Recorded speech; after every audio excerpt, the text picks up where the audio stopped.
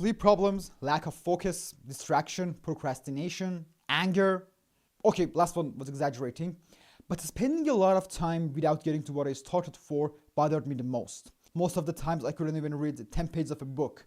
I'm a student, besides that I work and I have to cook, clean, pay the bills and all that, and I actually don't have any time to waste. But I think I could defeat it over the past couple of years, and in this video I'm gonna talk about how I did it. I'm talking just about my own experience because unfortunately I'm not a psychiatrist, and just some practical stuff.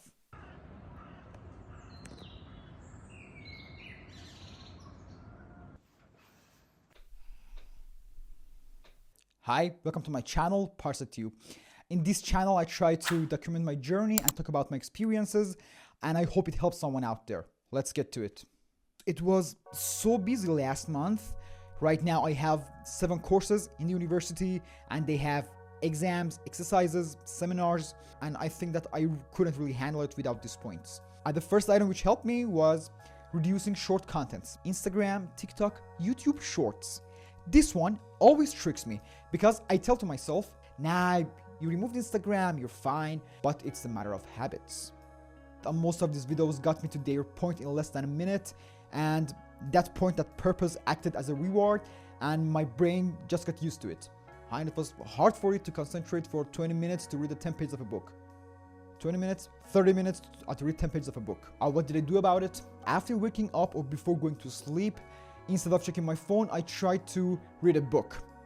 And right now I'm reading this book, which is a Persian book about fundamentals of music theory, but it's actually so complicated. I mean, it's like so academic and stuff. It's like this. But the other one, which is this, is much more straightforward. Actually, after waking up, because usually at nights I'm so tired and I sleep just like that. And I try to limit Instagram. There are tons of apps for it. Once I used 10 secs, one sec. This app actually doesn't put limits on it, but it gives you 10 seconds break before opening the app, and this break leads to getting out. The second thing was meditation. As I told you, I'm not a psychiatrist, and as I'm not, I don't know how to explain this. It just works. And I think for meditating, there are a lot of ways, and you can pick just a short version of it. Like 15 minutes a day, not that much. I think that 5 minutes of relief helps. That's all I know. The next thing, yeah, actually the light has changed. I finally bought a softbox. Actually, I was refusing to buy it because I was telling myself that it's spring and after that summer and I'm going to use the sunlight, but actually we live in Germany and there is not much sunlight to use. I mean, yeah, I just started YouTube and I don't have all the equipment, and as I just started, your support is a lot more appreciated. The next thing which was effective was reducing caffeine. You know, I think this whole ADHD thing comes from the fact that our brain is too energetic, and nowadays coffee is everywhere. A friend of mine drinks 4 cups of coffee each day. 4 cups, and that's a lot. Personally, I think drinks like coffee, tea. I'm Persian and I actually drink a lot of tea. Just add fuel to the fire. They are energizing and might actually make it worse. The next thing which helped me was managing my time. But by managing time, I don't mean something fancy and all that. I mean, you know what's wild? Most of us don't realize how much time we waste until we actually start tracking it. You sit down to code or study and somehow you're on Instagram watching videos 20 minutes later. It happens. But I've been trying this thing, working in a focused blocks and then take a rest and put those Instagram scrolling on that time. It actually helped me get way more done. I used to study for 75 minutes and then take a rest for 50.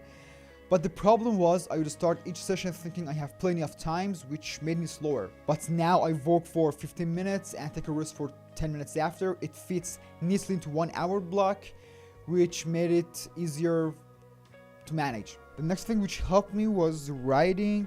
Oh yeah, one of the things that really gets to me about ADHD is how my brain jumps to like 10 different thoughts in a second.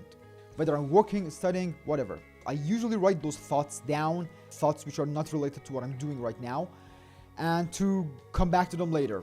I can spend some time thinking about them, but it's actually funny. When I go back to them, there's not much to think about. I think it was just that moment that they were big. It was just that moment that they were important. Maybe they're really not. I don't know. Maybe the last thing, having a list. I call this list a list of concerns. For me right now is university, my job, and on my eyes, my doctor, and well, YouTube. It's not actually concerns, well, they're actually fun, most of them, but I just call it that way. The list doesn't have to be perfect. You don't have to wait until it's just right. Even a rough list helps me to figure out where to put my focus. I can always go back and tweak it or add stuff. It's more about having something to start with. And apparently that's all I know about how to deal with this thing. By the way, at the end of a frustrating month, I behaved myself with going to Milan and Venice. But to be honest, in Italy, food and ice creams didn't surprise me. But coffee was good. Coffee was so good.